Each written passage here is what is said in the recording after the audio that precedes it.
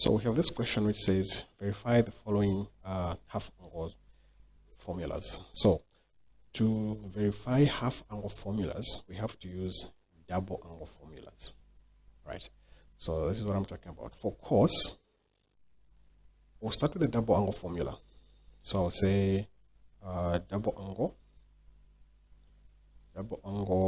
formula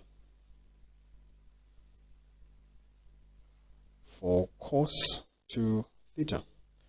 So the formula I'm going to use here, you can see that we have a cos and a cos. So I'll use cos 2 theta is equals to 2 cos square theta minus 1.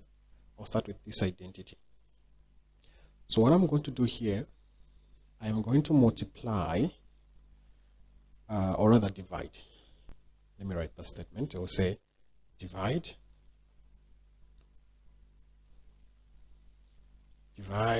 every angle by 2. Now this is what that means. We have cos 2 theta. So divide that by 2. This is equals to 2 cos square theta. Divide that angle as well by 2. So I've divided the 2 theta and the theta by 2. So I've divided every angle by 2. So this will give us the 2 cancels here, leaving us with cos theta is equals to 2 cos square theta over 2 minus 1. This minus 1 that you see, I can push it to the other side so that it becomes 1 plus cos theta is equals to 2 cos square theta over 2. That's. So let me bring it here now. So I have 2 cos square theta over 2. This is equals to 1 plus cos theta. Divide both sides by 2. These 2 here cancels. I'll remain with cos square theta over 2 is equals to 1 plus cos theta divided by 2. So there's a square here, so I can introduce a square root to both sides. So introduce a square root to both sides. Now once you do that, the square root cancels the square, and this leaves us with cos theta over 2, because the square has cancelled. This is equals to plus or minus, because you know the square root gives you plus or minus, the square root of 1 plus cos theta divided by 2. So there you have it. It's verified because this is what we're given initially. Okay. So for the second one, for sine, we'll do the same. So I'm going to use double angle formula for cos again. So I'll say double angle formula for cos. That is cos 2 theta. Now we're going to use the one which has a sine. The formula is cos 2 theta is equals to 1 minus 2 sine square theta. Now we'll do the same like in the previous question. We're going to divide every angle by 2. So if we're dividing every angle by 2, we'll have cos 2 theta, divide this angle by 2. This is equals to 1 minus 2 sine square, divide this angle by 2. So we have this. 2 here cancels, leaving us with cos theta. This is equals to 1 minus 2 sine square theta over 2. Get rid of the 1. Or rather, let's do it like this.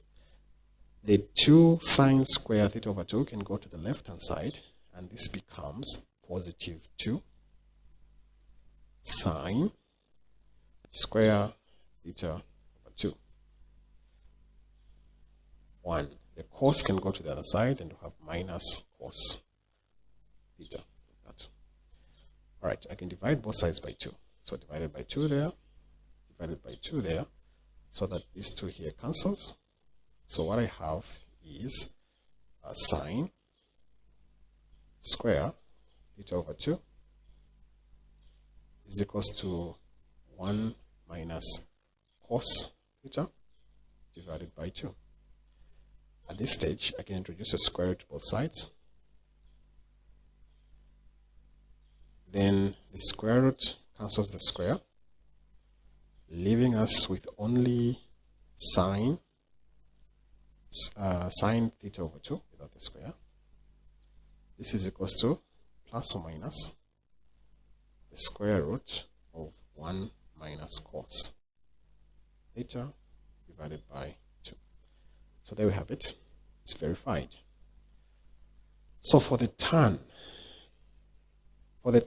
we actually use the cos and the sine, because you know that tan is sine over cos. So I'll pick up the left hand side, which is tan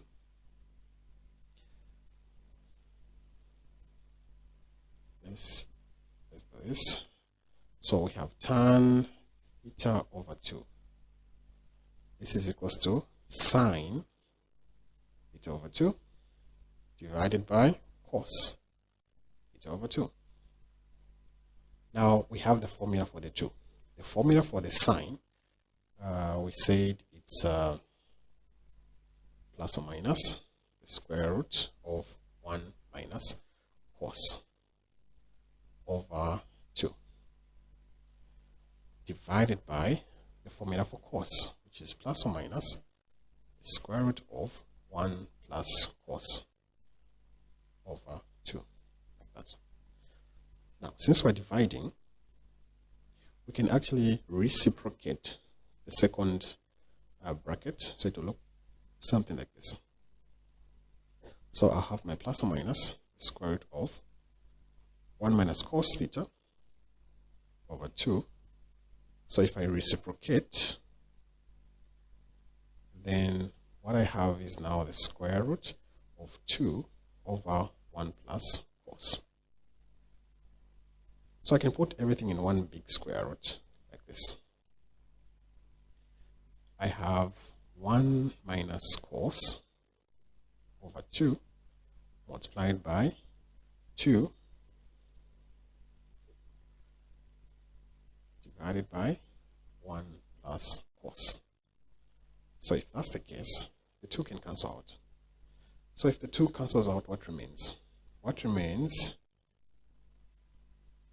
is one big square root plus or minus square root of numerator 1 minus cos, denominator 1 plus cos, like that. So there you have it.